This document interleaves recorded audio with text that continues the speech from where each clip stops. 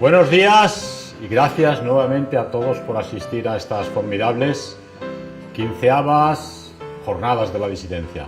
15 años organizando estas jornadas suponen un monumento al organizador y sus colaboradores que han tenido la constancia y la lealtad de seguir con este trabajo indispensable en España y el enorme trabajo editorial, monumental también, que nos ofrece el organizador y Ediciones Fides.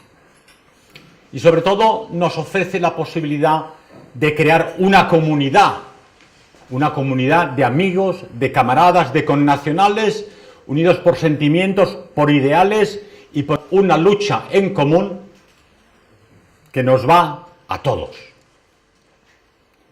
Tenía previsto tocar un tema de actualidad, cuál es la inmigración, pero lamentablemente la semana que acaba de finalizar hemos recibido una denuncia de la Fiscalía de Málaga y una citación judicial para un nuevo juicio por delitos de odio, donde se nos piden 3 años y medio de prisión, multa de 3.600 euros, prohibición de ejercer el derecho al sufragio, creo que me pierdo poca cosa, y prohibición de ejercer mi profesión.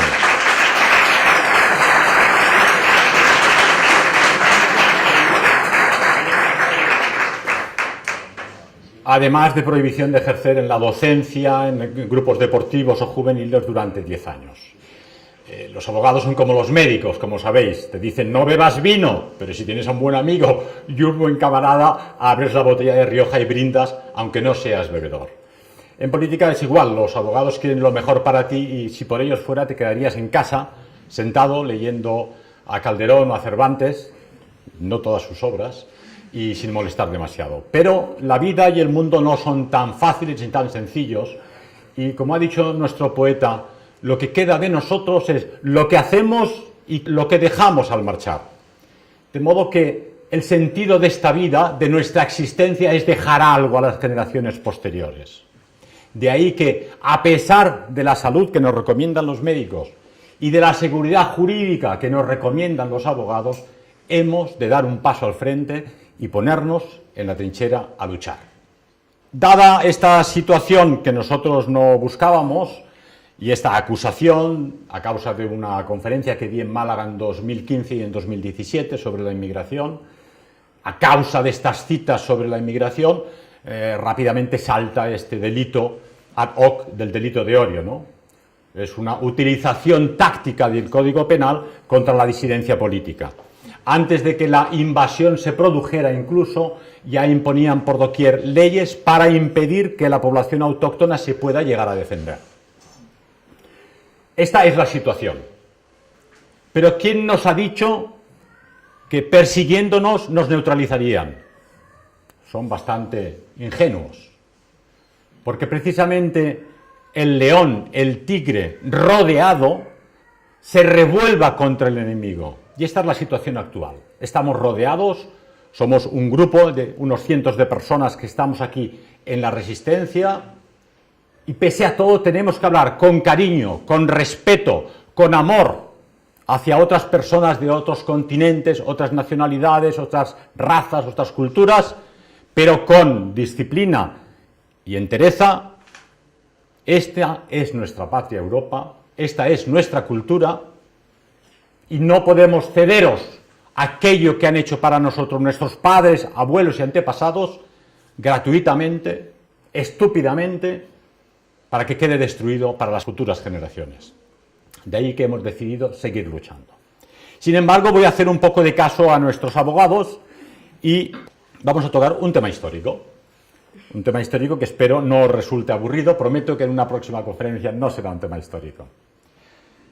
En la última conferencia que pronuncié en Valencia sobre qué es el nacionalsocialismo, intenté dar unas pinceladas de lo que realmente fue de forma documentada, de lo que realmente pretendían, y muchos me dijeron, pero ¿cómo es posible que aquello surgiera en aquella época?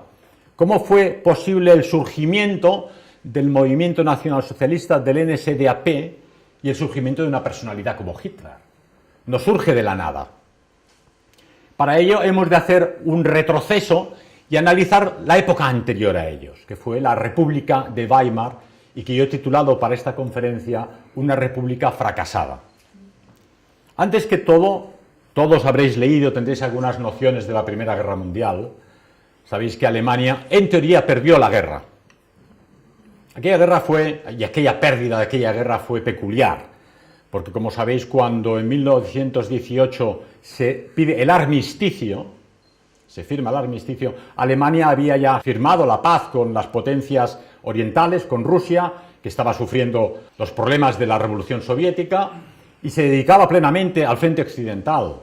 Cuando firman el armisticio, las tropas del Kaiser están a 50 kilómetros de París. Las tropas alemanas están en naciones extranjeras y ningún ejército aliado pisaba territorio alemán. De modo que fue una situación curiosa. Los alemanes pensaron, vamos a firmar un armisticio, todas las potencias están agotadas, biológicamente con la pérdida de valiosas vidas juveniles y el agotamiento económico y militar.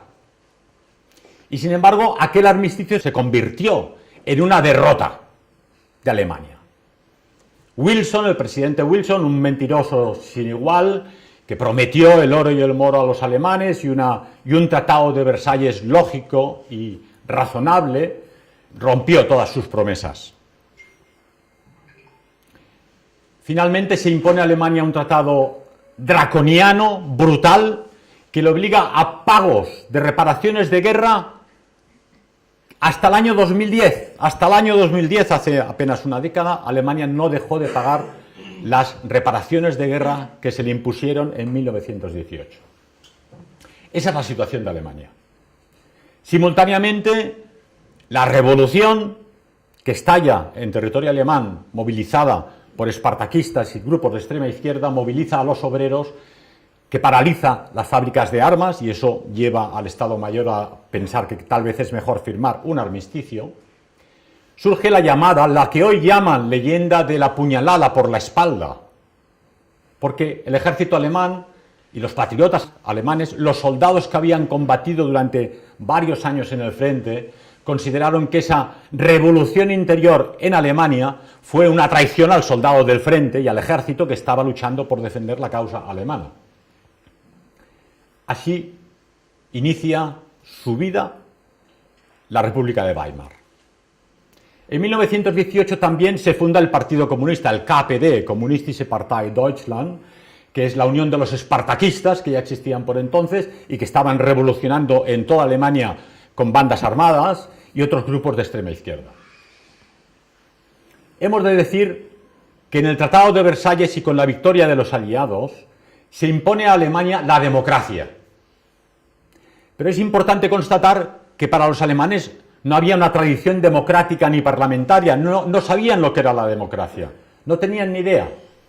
Venían de la tradición prusiana, del orden, de la jerarquía, de los Junkers, del Kaiser, lo importante era obedecer al Estado, era una novedad.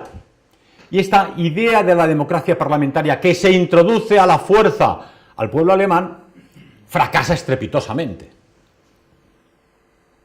En la República de Weimar constatan los estudiosos, era una república que no era amada por nadie en Alemania. No solo no era amada por muchas capas del pueblo, era odiada realmente. Porque la realidad es que había llevado a Alemania a la pobreza, al paro masivo, a la violencia callejera, al terrorismo, al hambre, a que millones de alemanes fallecieran de hambre y de enfermedades o que se suicidaran al ver que no podían dar de comer a sus niños. Esa era la realidad tangible de la República de Weimar. Y los alemanes eran conscientes de esa situación. Por lo demás, los trajines ir y venir en el Parlamento de un partido, del otro, del SPD, del KPD, de los de centro, de los cristianos, de los reaccionarios, de los monárquicos, no interesaba para nada a la población. La población había perdido el interés inicial con la revolución de 1918 en los parlamentarios y el Parlamento. No en vano, en la población alemana se hablaba del Parlamento como Affenhaus, la casa de los monos. No había respeto alguno por el Parlamento ni por la vida parlamentaria, que no solucionaba la vida ni los problemas de la población sencilla. Ningún partido político consiguió solventar los problemas de la población alemana durante la República de Weimar. Vamos a analizar en esa República de Weimar, entonces, una serie de hechos que son planteados hoy en día de una forma que es ficticia, que es errónea o que es falsa. Por ejemplo, se habla de que el Partido Comunista era un partido pacífico, democrático, que se presentaba a las elecciones, que tenía un gran apoyo popular, como efectivamente era. Pero lo que no se suele subrayar es que el Partido Comunista estaba en contacto directo con la Unión Soviética. Es más, se consideraba ya desde estamentos policiales de la República de Weimar y desde el Estado Mayor del Ejército que prácticamente eran un servicio secreto de los servicios secretos de la Unión Soviética. Los dirigentes del Partido Comunista Alemán eran formados en la Escuela Lenin de Moscú. Los cuadros de mando del Partido Comunista Alemán iban a tomar parte en las maniobras de guerra del Ejército Rojo en la Unión Soviética. La conexión era evidente. El miedo al comunismo en la República de Weimar era brutal en todos los estamentos. Y aquí hay que señalar que aún sufría la República de Weimar no solo de las trifulcas organizadas por el Partido Comunista, que llevaba a cabo actos terroristas reales, asesinatos de policías, de oponentes políticos, de nacionalsocialistas, de bombas, sino que la policía sabía que estaban organizando grandes depósitos de armas por toda Alemania. Solo en Berlín descubrieron 60 depósitos de dinamita, de armas, de municiones para la prevista revolución soviética. Es decir, el fin declarado del Partido Comunista Alemán era una república de consejos de soldados y de soviets, a semejanza de la Unión Soviética. Esa era la realidad que se vivía. Pero también es cierto, tenían 4 millones de votos, que para 1932 eran ya 6 millones de votos. Todos los gobiernos de la República de Weimar, incluido Eber, el presidente Eber del Partido Socialista, y evidentemente von Papen del Partido de Centro, o Schleicher, que era un militar, todos querían prohibir el Partido Comunista. Pero eran 4 millones de votos. De hecho, en una de las entrevistas de von Papen del Centro con Hitler, cuando ya han llegado al poder, dice, hay que prohibir el Partido Comunista. Y Hitler le contesta, eso no tiene importancia alguna, lo importante es convencer a los 6 millones de comunistas y absorberlos a la idea nacional con una auténtica política socialista que les integre su dignidad. Prohibir el Partido Comunista carece de sentido si no ganamos a las masas para la causa nacional. Que disfruten de mejoras sociales y que disfruten de los bienes culturales de la nación alemana de la que se sientan orgullosos. La República de Weimar sufre el problema de las antiguas estructuras del Kaiser. El presidente de Alemania era Hindenburg, como sabéis, un héroe de la Primera Guerra Mundial, que representaba al antiguo régimen, de alguna forma, y a su alrededor tenía, lógicamente, al ejército. El presidente del Reich era el comandante supremo del ejército alemán. El ejército alemán había sido reducido por el Tratado de Versalles a una pequeña unidad de 100.000 hombres. Imaginaros, el Partido Comunista tiene 4 millones de votos y militantes dispuestos a la lucha armada, y el ejército alemán tiene 100.000 hombres, no tiene más. Tanto Hindenburg como von Papen, como Schleicher en sus diversos gobiernos, incluso Brüning anterior e incluso Ebert, consideran que si no se prohíbe el Partido Comunista acabaremos en una guerra civil. Este es el ambiente que se vivía. Se ha acusado a los alemanes de 1933 a 45 de haber creado campos de concentración. Pero se olvida decir que no era un invento alemán ni nacionalsocialista. El presidente Ebert del Partido Socialista en 1920 ya instaló campos de concentración en Alemania, preveyendo alborotos y guerra civil. Los campos de concentración no solo no eran un invento de Ebert. Es sabido que los británicos utilizaron campos de concentración en Sudáfrica para neutralizar a los Boer, a la población sudafricana holandesa, a la que dejaron morir de hambre en campos de concentración, encerraron mujeres y niños. creo que incluso España, en Cuba, durante las revueltas previas a la independencia de 1898, 10 años antes, ahí surge la palabra concentración. No eran propiamente campos de concentración, pero los rebeldes eran dispuestos en poblaciones y zonas en el campo de donde no podían salir para no contaminar ese espíritu revolucionario al resto de la población. De ahí surge la palabra concentración de Cuba, dado por el gobierno español.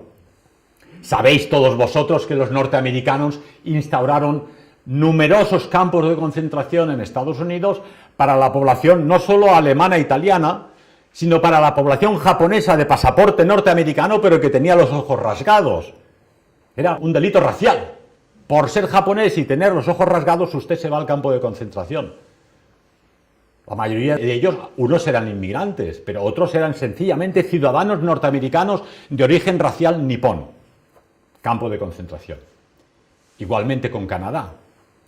No hablemos de Francia, donde encerró a todos los alsacianos cuya identidad no estaba claro si eran franceses o eran alemanes después de la Primera Guerra Mundial, para neutralizar cualquier posible levantamiento, o los campos de concentración levantados por ellos mismos cuando en 1944 los alemanes se retiran para detener a todos los sospechosos de leales al régimen de Vichy.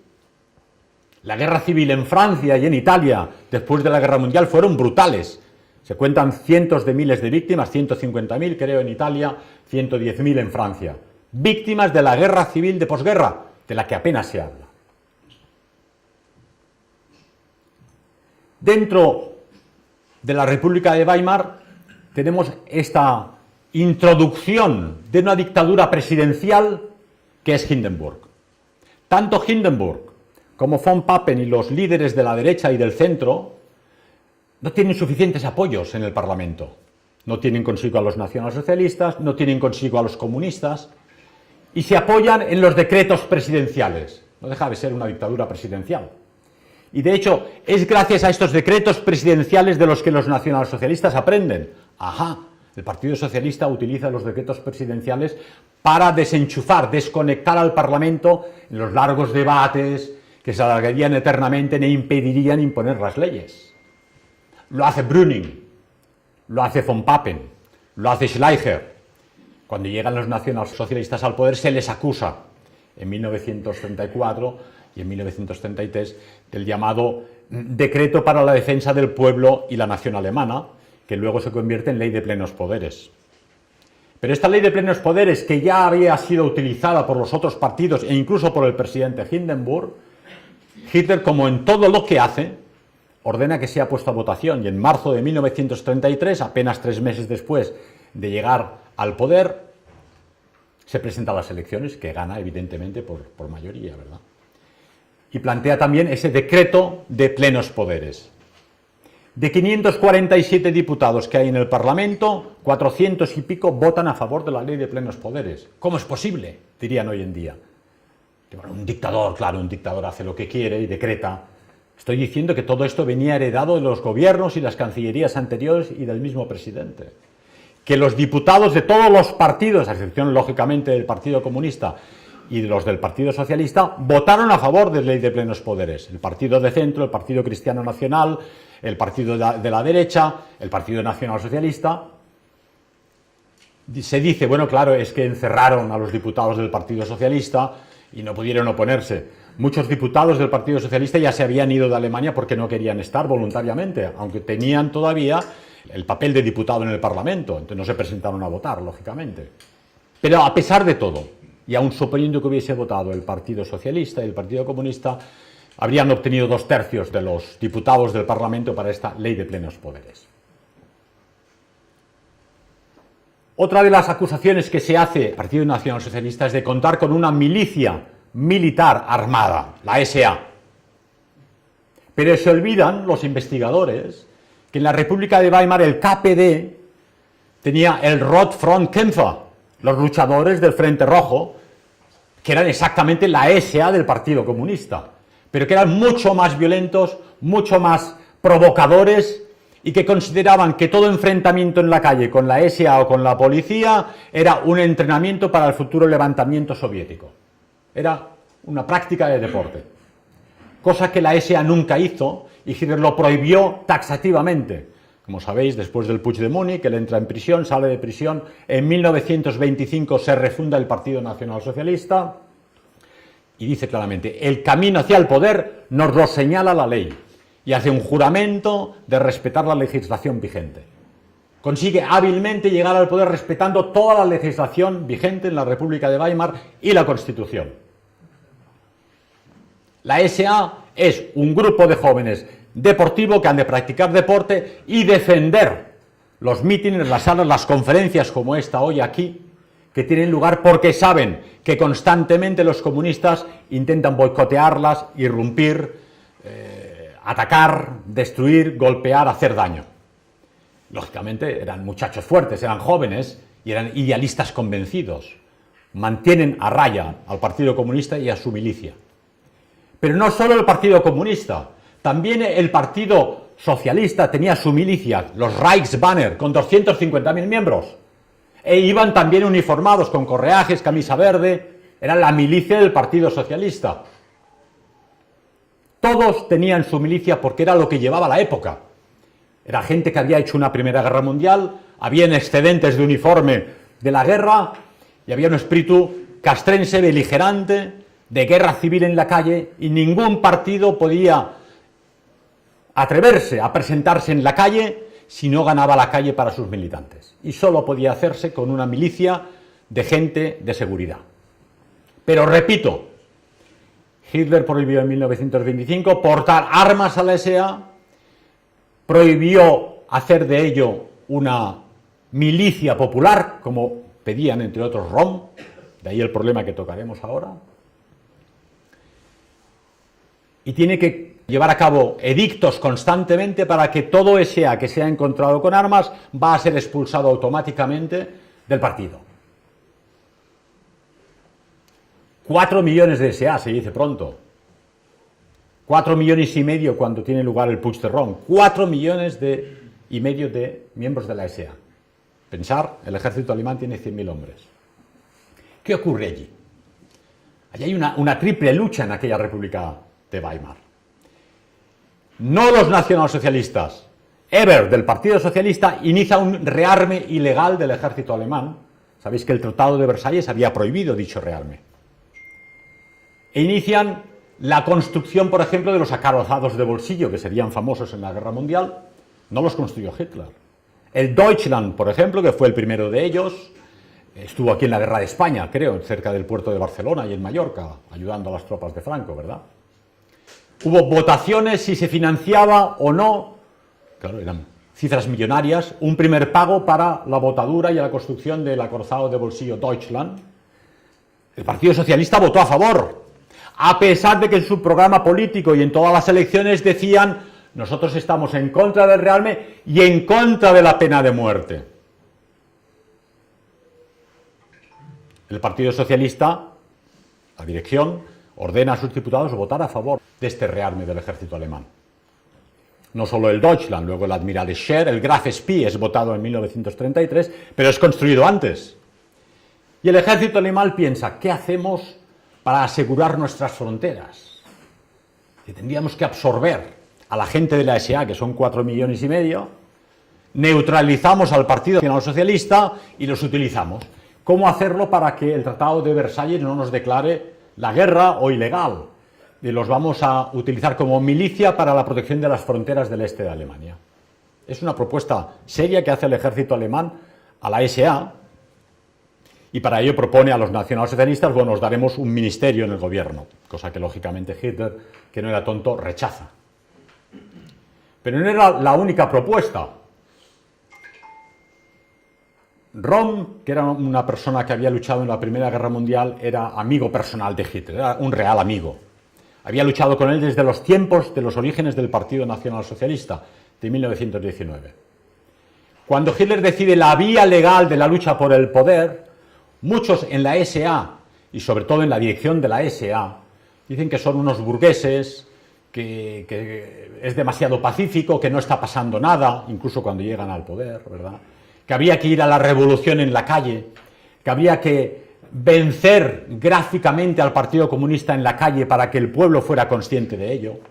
Hitler repite: no, La SA es un elemento de propaganda. La prensa, la radio, los medios no hablan de nosotros, igual que hoy. La SA tiene que desfilar por las calles y cantar para hacer evidente nuestra existencia. Esa es la misión de la SA y defender, lógicamente, nuestros mítines. Pero ROM insiste, hemos de hacer una milicia militar que tome el poder por la fuerza, después del Puig de Múnich, y a ser posible que esta milicia, uniendo al Stahlhelm, que era otra milicia de la derecha, al mando de Ludendorff. Ludendorff era otro héroe de la Primera Guerra Mundial. Hitler lo rechaza nuevamente. Pero de ahí hay constantemente un tira y afloja entre mandos de la SA que quieren llevar a cabo la revolución armada para llegar al poder y acabar con la reacción. Hindenburg, von Papen, la derecha, los militares, hasta el punto que este ROM rompe con Hitler y se exilia a Bolivia. Se va de consejero militar con el ejército boliviano. Lógicamente Hitler tiene mucho que hacer y 5 años después le llama, por favor, vuelva a Alemania, le necesito para que usted dirija la SA. Le promete que va a ser bueno, que va a hacer lo que él quiere, que va a ser una asociación deportiva para la protección de los mítines, pero en realidad ROM tiene ansias de poder y está constantemente dando la tabarra.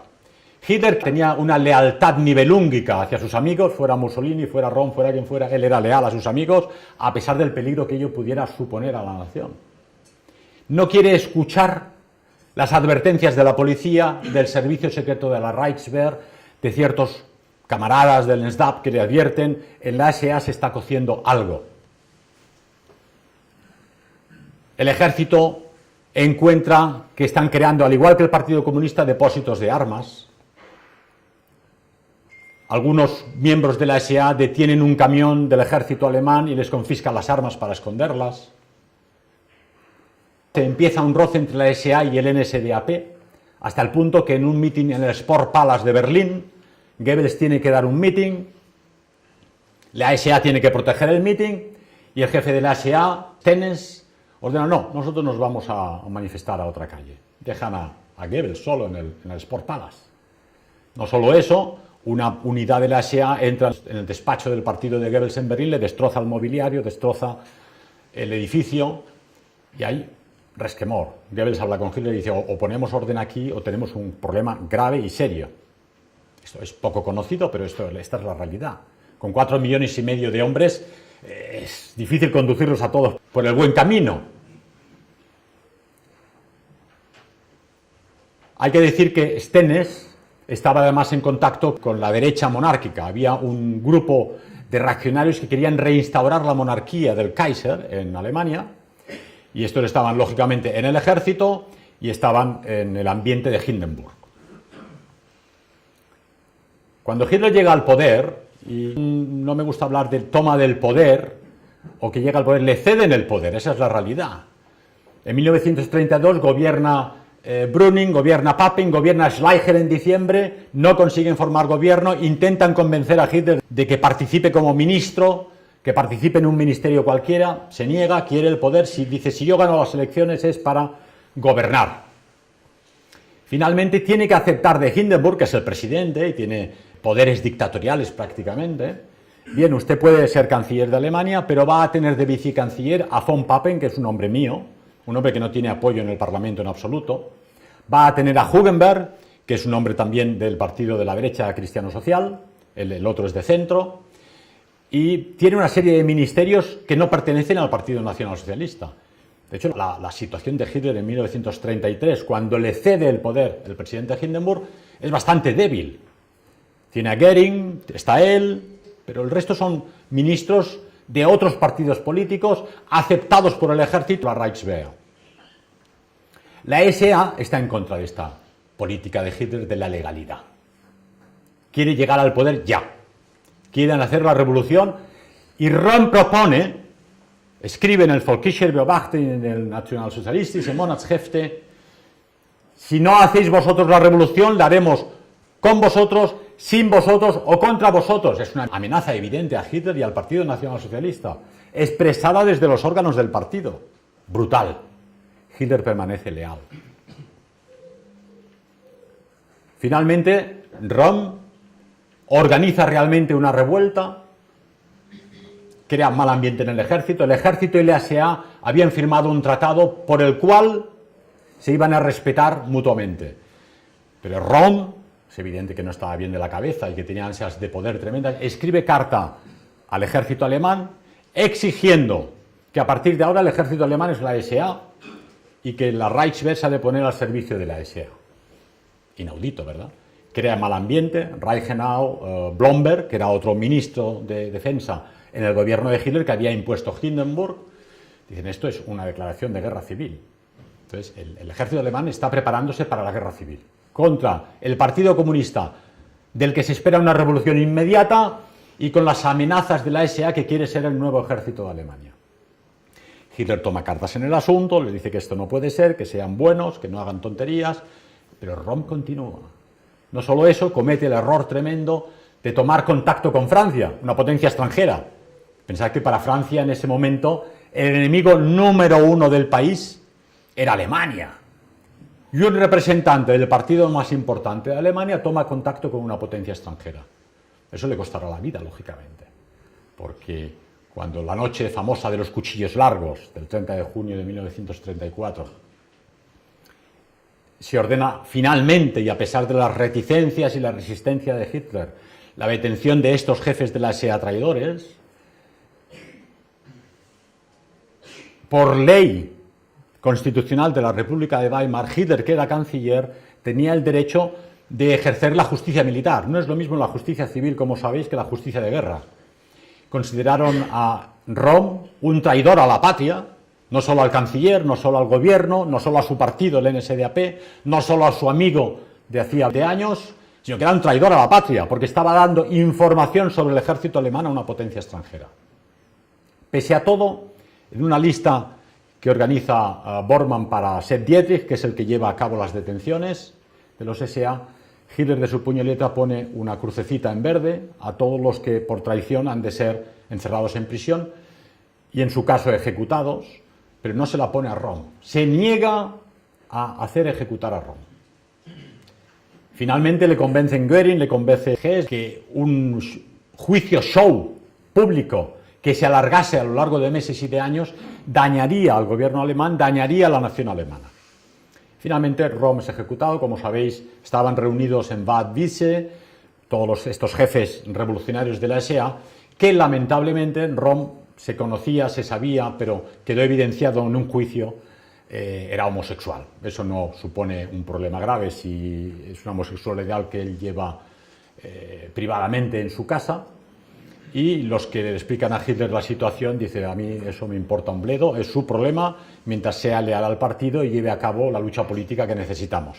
Pero es evidente que había un mal ambiente. Hindenburg, por ejemplo, no los podía ver a los homosexuales, en el ejército alemán tampoco, y la cosa no estaba tan normalizada como hoy. Hoy lo tenemos como aceptado, es normal, hay gente que tiene estas tendencias sexuales, cada cual que haga lo que le dé la gana. Pero en aquella época no. Pensar que el Código Penal alemán de la época castigaba la homosexualidad, una ley que estuvo vigente hasta 1994. Hace 4 días, como que dice, ¿verdad? Hoy en día sería impensable, ¿verdad? Pero eso creó un mal ambiente en el partido, realmente. Y cuando llega la policía con Sepp Dietrich y con Hitler y detienen a estos jefes de las, los encuentran en plena orgía, entre ellos y con chicos jóvenes. O sea, horroroso, ¿no? Hitler declarará al ejército alemán, ha sido la peor situación de mi vida, no podía imaginarme que algo así fuera posible, y ha sido francamente asqueroso. Pero bien, tema aparte, ese es el tema de la SA y de la revolución. También formaba parte de la debilidad de la República de Weimar, ¿no? El otro tema que se ha discutido falsamente sobre el nacionalsocialismo cuando llegó al poder es la imposición de una dictadura. Hemos hablado que ya el presidente Hindenburg ejercía, de hecho, una dictadura presidencial y que el presidente Ebert llevó a cabo una dictadura presidencial, así como los cancilleres siguientes, ¿no? No solo eso, eso incluye el tema de la pena de muerte, por ejemplo. Hoy tenemos bastante asumido también, afortunadamente, que la pena de muerte es un atraso jurídico, que la gente puede llegar a ser redimida tal vez en el futuro y que la pena de muerte supone que no puedes llegar a esa redención porque se ha acabado la posibilidad de redimir a una persona, ¿no? En cualquier caso, hoy en día en el mundo jurídico se piensa que la pena de muerte es un error. Pero en aquella época no era así. No era así. La pena de muerte existía en el mundo entero y existía en Alemania. ¿Impusieron los nacionalsocialistas la pena de muerte? Error. Nuevamente Ebert, del Partido Socialista, llevó a cabo 200 ejecuciones durante su época de gobierno en la República de Weimar. 200. Mientras que en el programa del Partido Socialista se hablaba, el Partido Socialista está en contra de la pena de muerte. La excusa fue, conocéis seguramente la historia del famoso vampiro de Düsseldorf. Habréis visto quizá una película clásica de los años 20 del vampiro de Düsseldorf, ¿no? Era un degenerado, un asesino que secuestraba niños y niñas, los violaba y le llamaban el vampiro de Düsseldorf porque cuando él confesó finalmente en el juicio, parece ser que incluso les chupaba la sangre, estaba sonado este hombre, ¿no? En cualquier caso, era un caso único. Finalmente, después de años que es perseguido, la policía le detiene, él confiesa no solo aquel crimen por el que fue detenido, sino todos los crímenes que había llevado a cabo y acompañó a la policía a los lugares donde los había matado, los había violado. Horroroso. Claro, en el pueblo alemán, en el gobierno, en la situación de la nación era, este hombre se merece la pena de muerte, ¿no? Y Ebert firma, a pesar de que la abogacía del vampiro de Düsseldorf y los defensores del no a la pena de muerte exigían que paralizasen esa ejecución, Ebert firma la pena de muerte. Y gracias a la ejecución del vampiro de Düsseldorf y a esa neointroducción de la pena de muerte se queda. Vino para quedarse en la República de Weimar y de hecho fue utilizada a lo largo de los años que duró la República de Weimar. Entonces, el nacionalsocialismo no introdujo la pena de muerte en Alemania, sino que la mantuvo. Cuando Hitler llega al poder, muy interesante para comparar, ¿verdad? Reduce drásticamente la criminalidad en las calles. Ya no había enfrentamientos de partidos políticos, no había robos, no había bombas, no había pistolas. Y reduce drásticamente la criminalidad. ¿Cómo lo hizo? Con una posición draconiana de la legislación. Aplicaban la ley de forma muy dura. Dice, bueno, es que esto hoy en día quizá no es democrático, sí, pero es que estabas en una República de Weimar donde la calle es un desastre, nadie se atrevía a salir a la calle con tranquilidad, menos después de la historia del vampiro de Düsseldorf. Y gracias a su gobierno, al margen de que uno esté en contra o a favor, como sabéis yo no puedo hablar a favor de este gobierno porque me cae un tercer juicio, pero la realidad taxativa es que la criminalidad bajó. Y si comparas el número de detenciones y de ejecuciones de la República de Weimar del año anterior, 1932, con 1933, pues es muy similar. Y luego en 1938 baja radicalmente la criminalidad, bajan las detenciones y bajan las ejecuciones. ¿En qué se basan para hablar de esa dicotomía entre la buena República de Weimar? Pensar que en Occidente, hoy en día, en todas partes, en los libros de texto, se os habla de los dorados 20, magnífico, se podía bailar el charleston, se podía beber, uno se podía divertir, las chicas iban vestidas con vestidos de moda, ajustados al cuerpo, era una maravilla, había clubs nocturnos, discotecas, la maravilla de los años 20. Pero eso es para los ricos, para los poderosos, para los que disfrutaban de la República de Weimar, no para los 6,5 millones de parados que sufrían en la República de Weimar el hambre, la necesidad, el frío y la injusticia de las calles. Eso hay que tenerlo claro. Los dorados 20 son una mentira. La República de Weimar fue el caos para la población alemana. ¿En qué se basan, pues, para decir, no, en la República de Weimar hubo menos víctimas que durante el gobierno nacionalsocialista? En el Tribunal Popular. Cuando llega Hitler al poder, instaura además el Volksgerichtshof, Tribunal Popular, que es conocido por todos solo por un caso. El juez Freisler pegando gritos a los traidores de la bomba de 1944, estentóreamente, les grita, les dice de todo, que son unos traidores, unos sinvergüenzas, por atentar contra el Führer y poner una bomba. Esto es lo que se sabe del Tribunal Popular. Y luego el otro caso muy conocido, que es los dos que se subrayan, que es los chavales de la Rosa Blanca de la Universidad de Múnich, unos chicos jóvenes que habían entrado en contacto con unos círculos conservadores también, que proponían la resistencia contra el régimen. Estos chicos, en su inocencia, reparten propaganda en la facultad de Múnich, la policía los localiza, los detienen, y lógicamente es tiempo de guerra. No estamos hablando de tiempo de paz. Ya ha estallado la guerra mundial. Como sabéis, cuando estalla una guerra se instaura el derecho de guerra, y el derecho de guerra es otra historia. Por delitos que en época de paz apenas sería un hurto o apenas sería un pequeño robo, en época de guerra te cuesta la vida. Pero esto es así, aquí en Pernambuco, en la República de Weimar y en la Alemania nacionalsocialista. ¿Qué es lo que no nos dicen los libros de texto? Que estos dos casos, los resistentes del 20 de julio del 44 o los chavales de la Rosa Blanca, fueron la minoría de las víctimas del Tribunal Popular. Solo un tercio de las condenas, creo que hubo 16.000 condenas en total hasta 1944, de los cuales hubo 5.000 ejecuciones. Solo un tercio fueron ejecutados. Y nos dicen también que hubo absoluciones. Es decir, el Tribunal Popular absolvía a gente que era acusada por alguien por un delito contra el pueblo y la nación, y eran absueltos si no había pruebas contra ellos. ¿Cuál era la misión del Tribunal Popular, del famoso Freisler? Evitar una nueva puñalada por la espalda. Los alemanes tenían muy conscientes lo que había pasado en 1918. Aquella guerra no la perdió el ejército en el frente, no la perdió el Estado Mayor, que demostró en todo momento ser superior a los aliados, la perdimos en el frente interior, la puñalada por la espalda. Los comunistas, los revoltosos, los revolucionarios, y en el Tercer Reich tuvieron claro, una segunda puñalada por la espalda no la vamos a permitir. Esa era la misión. ¿Qué perseguía el Tribunal Popular? Sabotaje, lógico.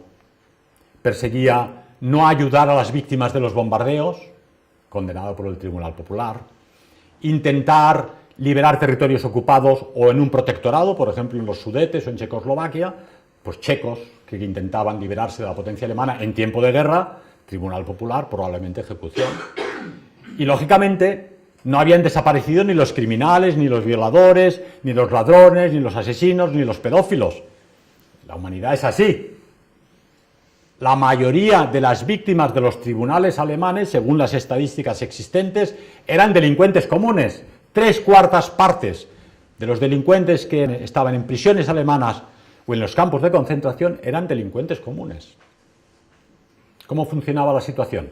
Hasta 1936, desde el 33, aquel que era detenido por algún delito, si lo repetía una segunda vez, acababa en Schutzhaft, que es en detención preventiva en un campo de concentración, porque era repetido. Porque, hombre, solo 2 veces, bueno, 2 veces, pero tenían que imponer una legislación dura para acabar con el caos existente. Te permitían delinquir una vez.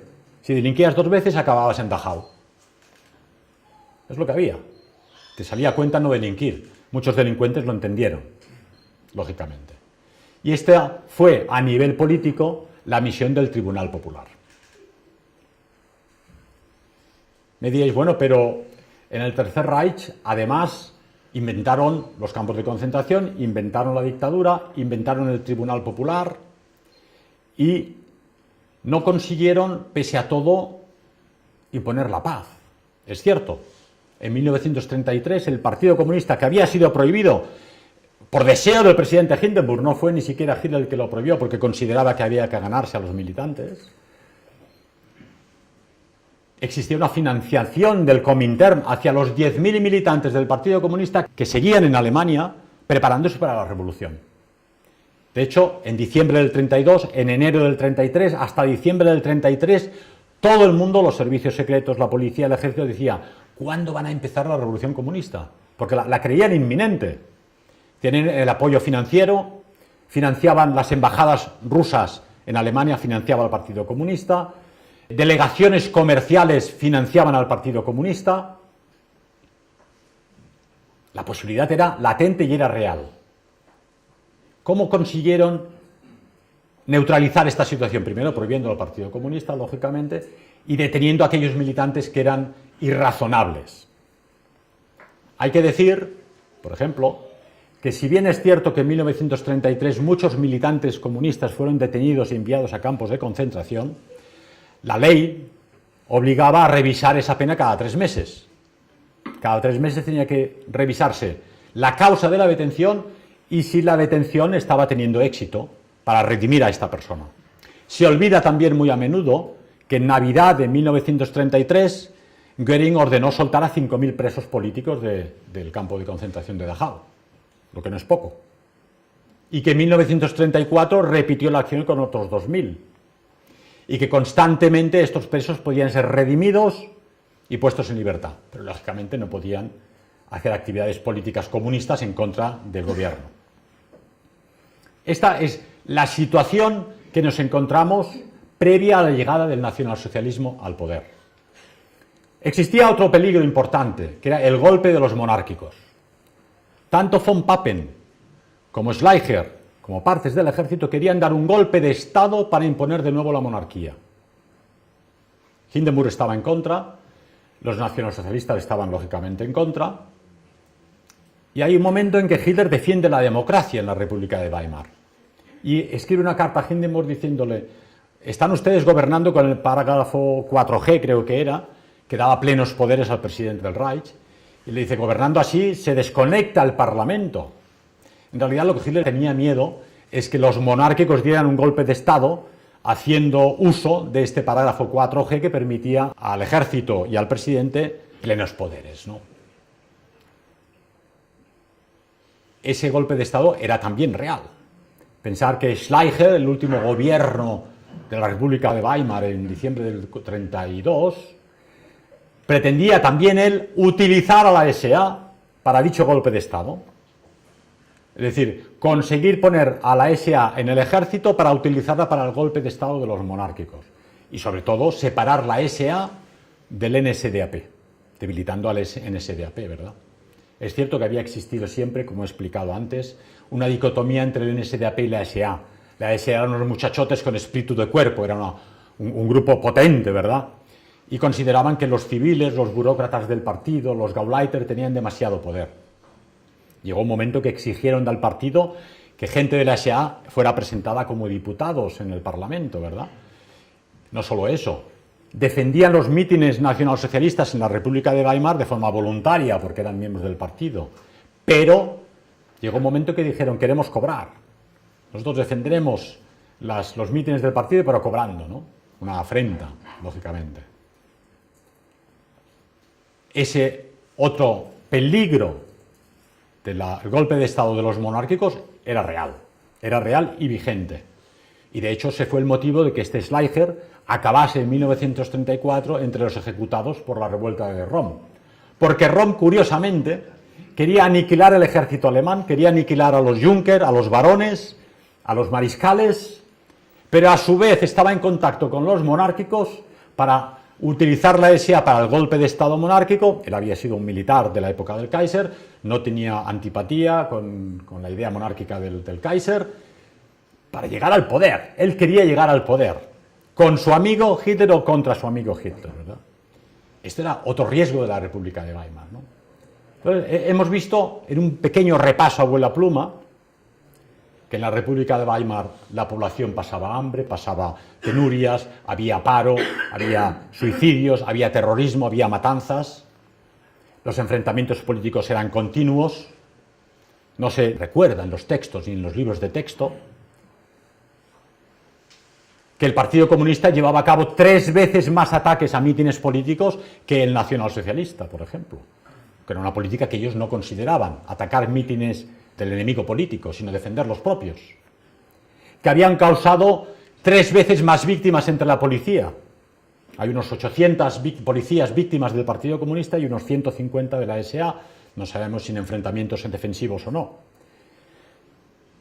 Esa era la República de Weimar, con golpes de Estado constante, previstos o en previsión, con cambios de gobierno constantes y con ninguno de los gabinetes consiguiendo solucionar los problemas. Y ahí llegamos a la cesión de poder al nacionalsocialismo y a la conferencia que dimos en Valencia. ¿Qué era el nacionalsocialismo? Le ceden el poder, pero él tiene que hacer componendas con todos ellos, ministros de la derecha conservadora y de la aristocracia monárquica. Y es respetando siempre la legalidad y la Constitución de Weimar, que fue vigente hasta 1945, respetando las leyes, llegar al poder. ¿De qué nos sirve hoy en día este ejemplo, abuela pluma, este recordatorio de la República de Weimar? A fin de cuentas, no somos alemanes, no hemos vivido aquella época lejana Y la República de Weimar, yo creo que la juventud española no la conoce ni de los libros, ¿no? Se sabe de la Guerra Mundial Segunda, la primera, pero una época extraña de los dorados 20 que se bailaba Charleston, nos sirve para darnos cuenta de algunas cosas. La lucha por el poder exige sacrificio, exige disciplina, exige un respeto a la legalidad. La lucha por el poder, sobre todo, exige ganarse a las masas de la población para tu causa.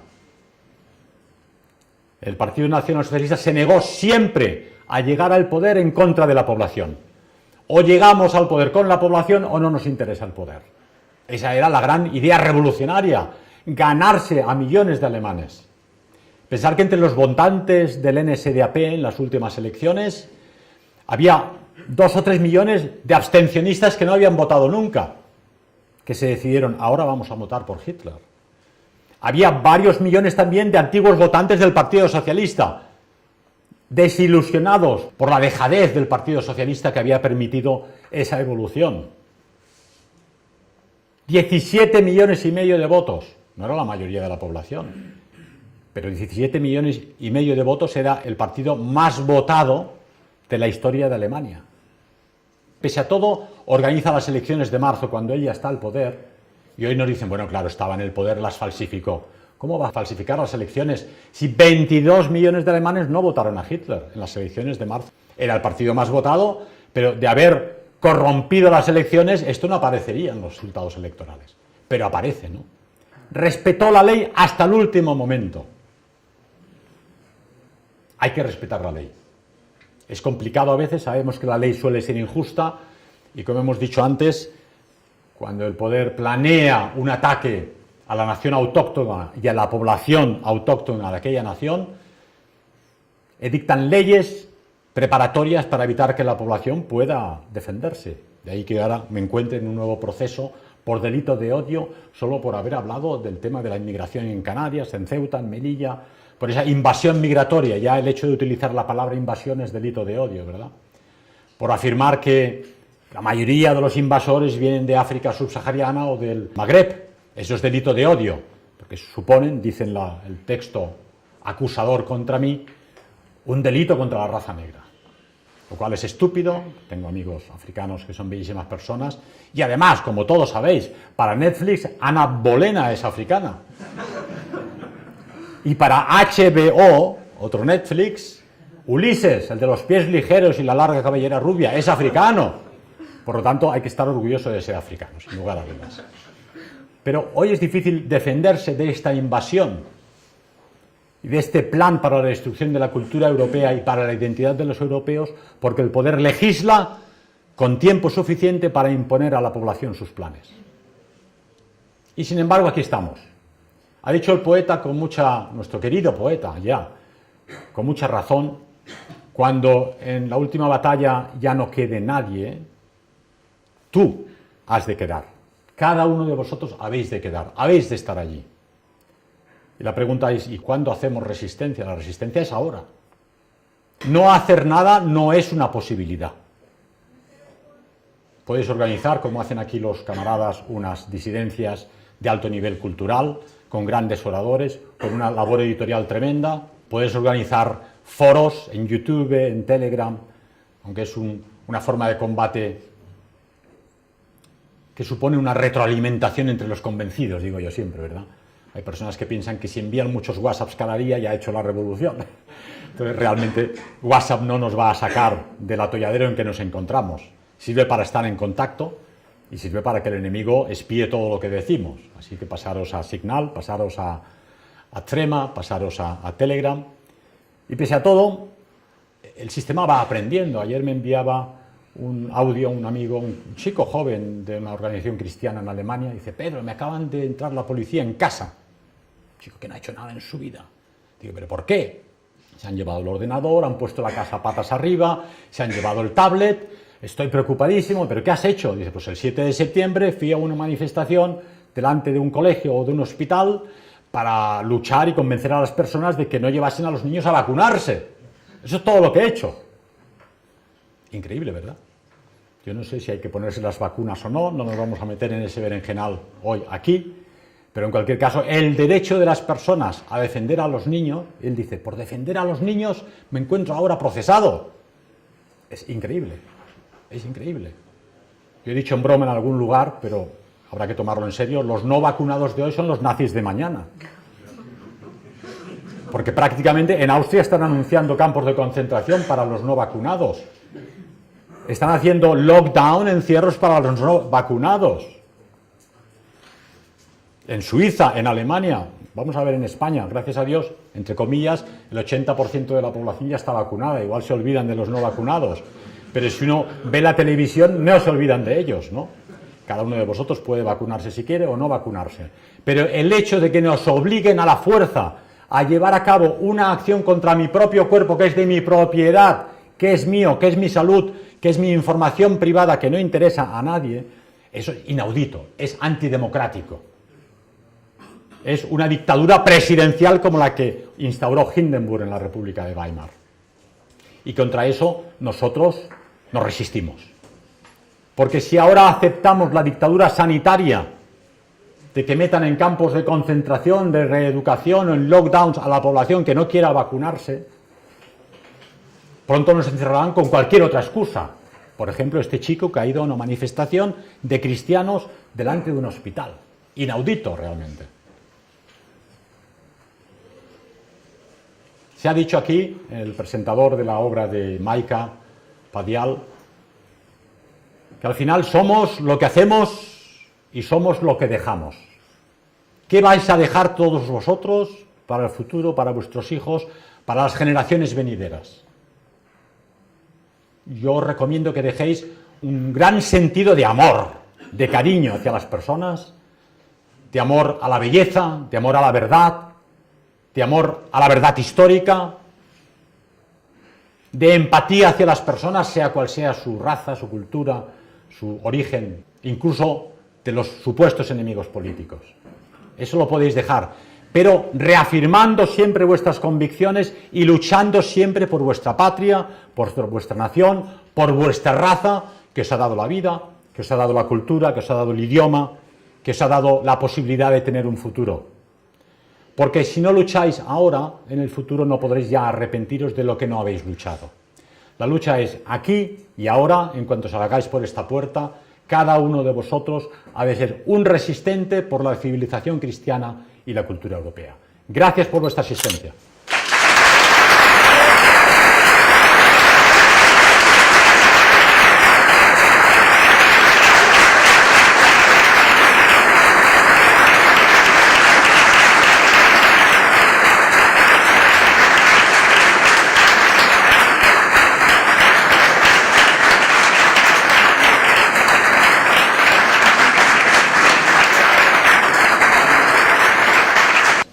Queda abierto. Aprovechar porque el día que me vuelvan a meter en prisión ya no me tenéis para hacer preguntas.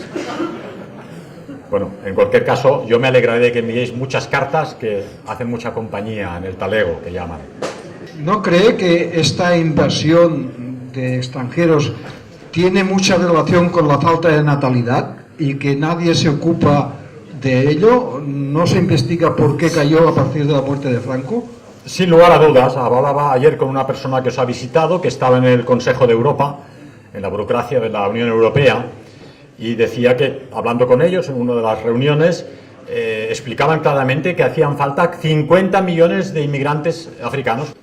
Es una barbaridad, es una brutalidad. Él hizo un escrito poniendo en entredicho esto, pero no se atrevieron a contradecirle siquiera, ¿no?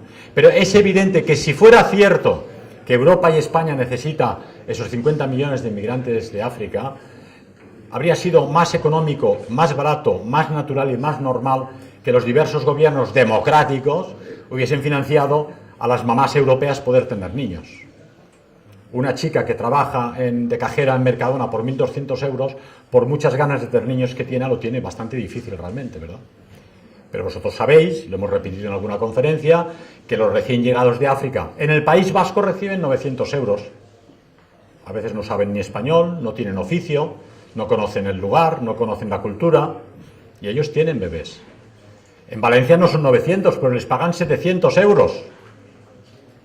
A mí no me dan nada, ni siquiera por el paro o por ayuda mínima vital, ni historia de ningún tipo. Y en el resto de España, pues no serán 700, pero cobran un dinero. Yo creo que efectivamente, si tú aceptas a alguien que venga, no lo puedes dejar tirado en la calle. En eso estoy de acuerdo. La pregunta es que, ¿por qué les dejas venir si no son de aquí? Y los de aquí no tienen bebés por faltas de ayudas. En la época de nuestros padres y nuestros abuelos, la gente tenía familias numerosas. Solo había un ingreso, que era el de papá. Pagaba los colegios, los zapatos, los pantalones de todos los niños. Mamá estaba en casa con los niños porque ser mamá es ser directivo de una empresa 24 horas al día, 7 días a la semana, pero sin sueldo. Y sobre todo hoy en día, sin reconocimiento social. Prácticamente ser mamá, tener niños y estar en casa es una afrenta. Estoy convencido de que hay muchas chicas que quisieran tener niños y se avergüenzan de decírselo a sus compañeras de trabajo. Van a decir, pues tú te vas a recargar de niños con lo bien que estás, tienes un buen sueldo, obedeces a tu jefe los próximos 40 años, cuando tengas 65, te retiras aburrida, te miras al espejo y te mueres de asco, porque no tendrás ni hijos ni nietos. Esa es la situación. Entonces, la cuestión es, ¿por qué los gobiernos no han financiado que los europeos, y en este caso los españoles, el país de Europa con la natalidad más baja, no puedan tener ayudas sociales para tener familias, si no numerosas, si digo normales, de 3 o 4 niños, ¿verdad? Es una política exclusiva, decidida para aniquilar a la población autóctona. Y el hecho de importar mano de obra esclava, hay que decirlo, son los nuevos esclavos que limpian las cloacas, que llevan los hierros por las calles, que hacen los trabajos sencillos que los españoles ciertamente no quieren hacer. Pero me decían también ayer, hay millones de parados en España cobrando el paro y, sin embargo, la fruta en Huelva la están recogiendo extranjeros. ¿Cómo se entiende eso? ¿Por qué no se impone una legislación de que los parados trabajen recogiendo la fruta y el dinero que se les paga se les dé a ellos? Pero repito una vez más, y además lo digo con sinceridad, no puedes aprovecharte de las personas, sean del origen que sean, y si realmente hay personas que sufren hay que ayudarlas. Nosotros somos partidarios de ayudar a las personas en su país de origen. Sí queremos y sí podemos, porque lógicamente la ayuda solo es positiva si es voluntaria. Eso es auténtico cristianismo. Si la ayuda es obligatoria, es auténtico comunismo. ¿Hay que ayudar? Sí, ha de ser voluntario. ¿Dónde hay que ayudarles? En su país de origen. ¿Que necesitamos aquí a alguien porque no hay bastante mano de obra? Bien, que vengan, como hacían en Suiza en los años 80, contrato de trabajo para 3 años. A los 3 años te vas a casa. Y ganas dinero y te lo llevas a casa. Esto lo saben bien nuestros abuelos y nuestros padres, que en los años 50, 60 y 70 se iban a Alemania, estaban 10 o 15 años trabajando. Aquí hay alguien que creo que estuvo muchos años haciendo clases de español allí. Ganaban dinero, ahorraban y cuando volvían a España se podían construir el chalet. Pero todos volvieron, excepto aquel que conocía a una alemana despampanante y se casó y se quedó allí. Pero la mayoría de españoles volvieron, iban a trabajar, a ganar dinero y a volver. Y estos pobres inmigrantes que llegan ahora, pues llegan unos por necesidad, otros por maldad, terroristas, ejércitos disueltos en el mundo árabe que pretenden tomar venganza de las guerras injustas que Occidente les impuso, y otros simplemente para vivir del cuento, ¿no? Cuando llegan ahora a Bielorrusia y a la frontera polaca, con letreros, Germany, Germany, quieren ir a Alemania. ¿Por qué no se van? Hay países árabes, musulmanes, que hablan su idioma, millonarios. Está Kuwait, está Arabia Saudí, y todos ellos podrían mantener a esta población necesitada de Siria o de Irak. ¿Por qué no se quedan allí? ¿Por qué? Se vive mejor en Francia y en Alemania, claro. Pero que el gobierno francés, el gobierno alemán o la Unión Europea no vea, no quiera ver que eso supone el desenraizamiento brutal de los europeos y un conflicto para mañana, porque hay gente que incluso en la segunda generación no se acaba de integrar, tienen otra cultura, tienen otra religión, tienen otras costumbres. Nuestro amigo Adinolfi decía ayer que está convencido que estos se integrarán. Es muy probable, se integrarán muchos, quizá no solo a lo bueno de Europa, sino también a lo malo que no es Europa, que es el occidente capitalista, ¿verdad? Pero otros no se integrarán. Estamos creando una bomba de relojía para el futuro y sobre todo, la disolución de las patrias europeas y el hundimiento de la cultura occidental, cristiana y europea. Y eso es lo que habría de evitar un gobierno nacional europeo, promoviendo que las chicas puedan tener familias, puedan tener niños y dándoles todas las ayudas. Yo sé de chicas que en la empresa les advierten que si tienen niños las van a echar. Esto tendría que ser ilegal, que una empresa amenace a una empleada de echarla si se le ocurre quedarse embarazada. Es increíble, pero es así. Otras empresas no lo dicen, pero lo hacen entender. Si tienes un bebé, lo siento, pero ya no volverás. Eso es tremendo. Comprendo que si la empresa pierde dinero, quizá el Estado tendría que ayudar. La mitad del sueldo lo pagas tú y la mitad lo pago yo hasta que esta chica vuelva del año o los 2 años mínimo que tendría que estar con su bebé. Creo que en España os dan 4 meses solamente, ¿verdad? Es inenarrable. Cuando un bebé más necesita a su mamá, la mamá se tiene que ir. Y encima pagar a una guardería o a alguien que cuide a ese bebé. Se va a cobrar un sueldo bastante bajo y la mitad del sueldo se le va a ir con una chica que cuide del bebé. Absurdo, absolutamente. Nuestra política ha de ser promoción de la natalidad, ayuda a las mamás y a las familias. No lo he citado, pero en la política nacionalsocialista en el programa durante la República de Weimar era absolutamente de izquierdas, era una política socialista. Promovía la nacionalización de los trusts que habían surgido de ganancias de la Primera Guerra Mundial. El control de los príncipes de la bolsa y de la gran banca internacional. Las ayudas sociales a los niños dotados de familias pobres. Y una serie de medidas que eran absolutamente consideradas hoy de izquierdas. De ahí que se llamase Partido Nacional Socialista, porque eran socialistas. De ahí que siempre tuvieron problemas con la derecha conservadora. Pero lógicamente no querían caer en manos del comunismo internacional, ¿verdad? Y esa política socialista es la que nos inspira a nosotros. Se dice de izquierdas, yo la creo política. La Iglesia hablaría de la doctrina social de la Iglesia, pero es que al final es el bienestar de la población. Y si esas grandes masas alemanas que sufrían en la República de Weimar siguieron a Hitler, fue porque sabían, intuían que quería lo mejor para la población y para el país. Por eso le votaron y le siguieron hasta el final. Pensar que el Partido Nacional Socialista tenía en 1932 unos 750.000 miembros, en el 33 ya era 1,5 millones, para después de las elecciones de marzo ya eran 3,5 millones de militantes, y el partido prohibió la aceptación de nuevos miembros porque no los podían absorber, y de hecho se creó, como sabéis, la insignia de oro para los antiguos militantes anteriores a la llegada al poder y una vez en el poder. Pero lo que a mí me ha impresionado, de esos 3-4 millones de militantes, en 1945, perdiendo la guerra en todos los frentes, con la traición amenazante en el interior, bombardeadas las casas, sufriendo la población, 8,5 millones de militantes. La población alemana se reunió alrededor de su jefatura como nunca antes había sucedido en la historia, precisamente en los tiempos peores. Que en 1933, al llegar al poder, el NSDAP doblara a los miembros es lógico, todos somos humanos. Bueno, si soy del partido igual me va mejor, ¿verdad?